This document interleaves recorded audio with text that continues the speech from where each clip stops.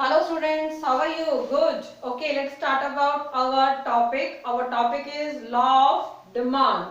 ठीक है, इसमें हम देखेंगे कि डिमांड कैसे करते हैं हम, किन किन फैक्टर पर वो डिपेंड करती है, ठीक है, उसका टेबल क्या है और उसके डायग्राम कैसे बनाएंगे। चले स्टार्ट करें। सबसे पहले हम देखेंगे इसकी definition. The amount demanded increase with A fall in the price, ठीक है, and diminishes with A rise in the price.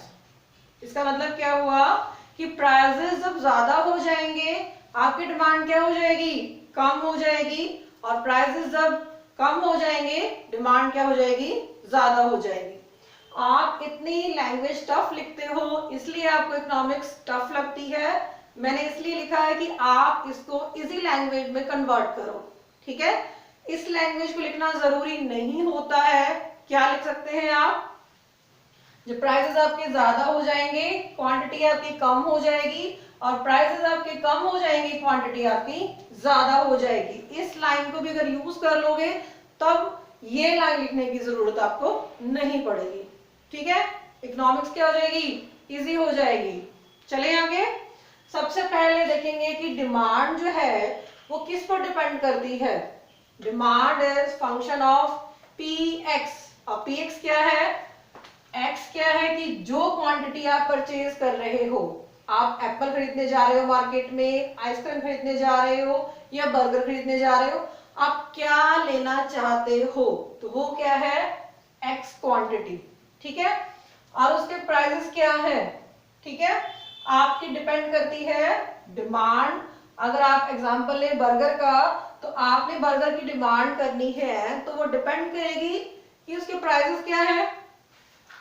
पहले प्राइसेस थे 40 बर्गर के, अब क्या हो गए एकदम से 80 हो गए, तो क्या पता आप ना भी खरीदो।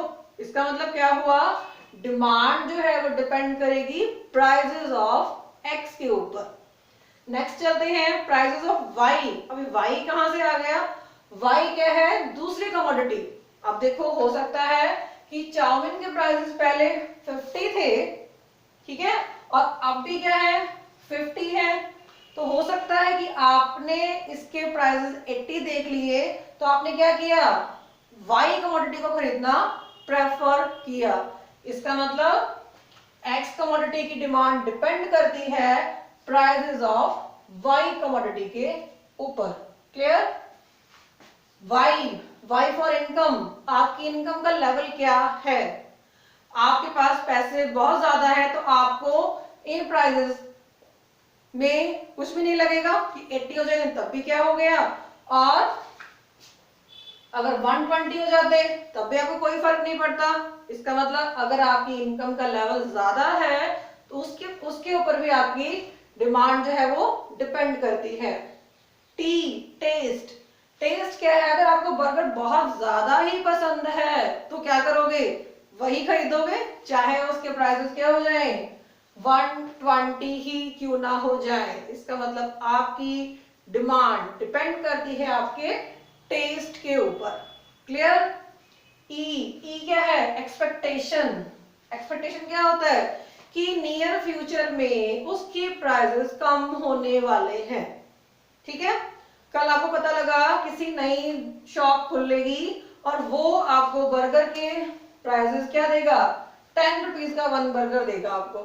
तो हो सकता है कि आज आप मार्केट में बर्गर खाने गए तो आपने नहीं खाया, क्यों नहीं खाया, आप सोच रहे हो कल खाएंगे भाई 10 रुपए का मिल जाएगा, ठीक है। इसका मतलब क्या हुआ, आपकी डिमांड डिपेंड करती है एक्सपेक्टेशन के ऊपर। क्लियर हो गया। अब हम आते हैं नेक्स्ट इसकी अजम्पशंस में। अजम्पशन का मतलब क्या होता है, हिंदी में देखिए तो मान्यताएं। मान्यताएं क्या हो गई, जो हम मान के चलते हैं। मान के क्या चलना है, जब कोई भी लॉ बनाना होता है तो हम कुछ चीजों को कांस्टेंट मान के चलते हैं। क्या क्या कांस्टेंट मानते हैं, first is there should be no change in the price level of another commodity. First क्या हो गई असम्पशन कि दूसरी चीज की प्राइसेस में कोई भी चेंज नहीं होगा, ठीक है। सेकेंड असम्पशन क्या हो गई,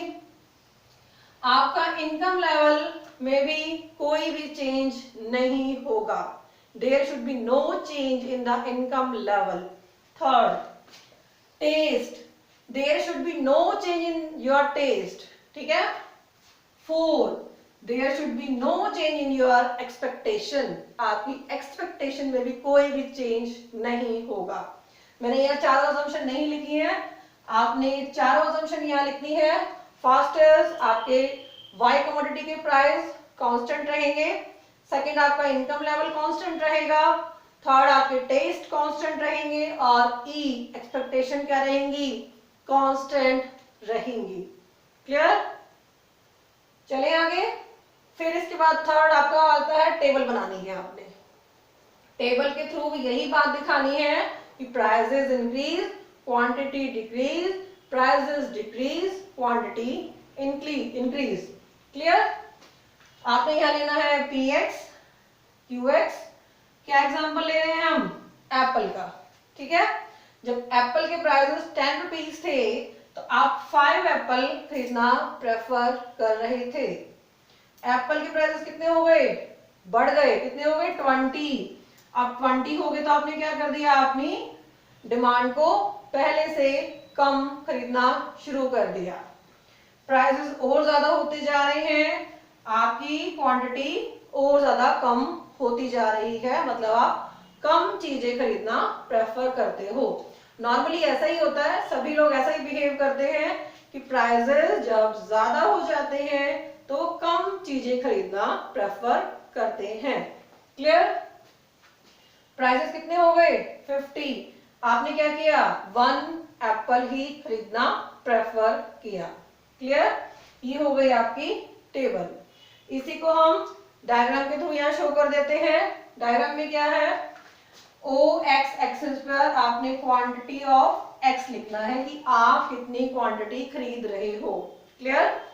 OY पर आपने क्या लिखना है, प्राइसेस लेने हैं कि उस क्वांटिटी के प्राइसेस क्या है. ठीक है. अब आप यहाँ इसी टेबल को डायग्राम में यहाँ पर शो कर दोगे. प्राइसेस जब 10 थे तो आपकी क्वांटिटी कितनी थी, आप 5 एप्पल ले रहे थे.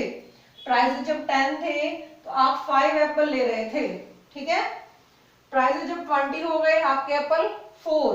प्राइसेस जब 20 हो गए, आपने एप्पल कम कर कितने कर दिए, 4 कर दिए. प्राइसेस जब 30 हो गए तो आपने 3 एप्पल कर दिए.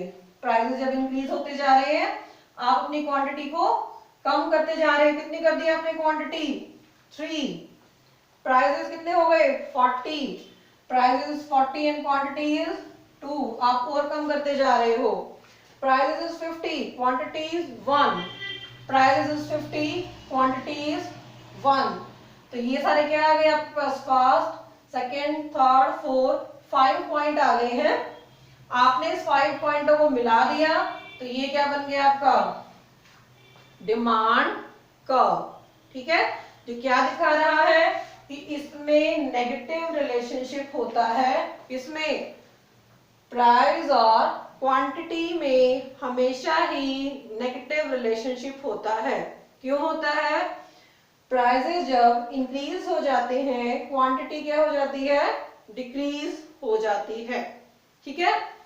आई होप आपको ये टेबल और डायग्राम क्लियर हो गया होगा. अगर कोई डाउट है तो आप कमेंट बॉक्स में जाके राइट डाउन कर सकते हो. Okay, thank you students.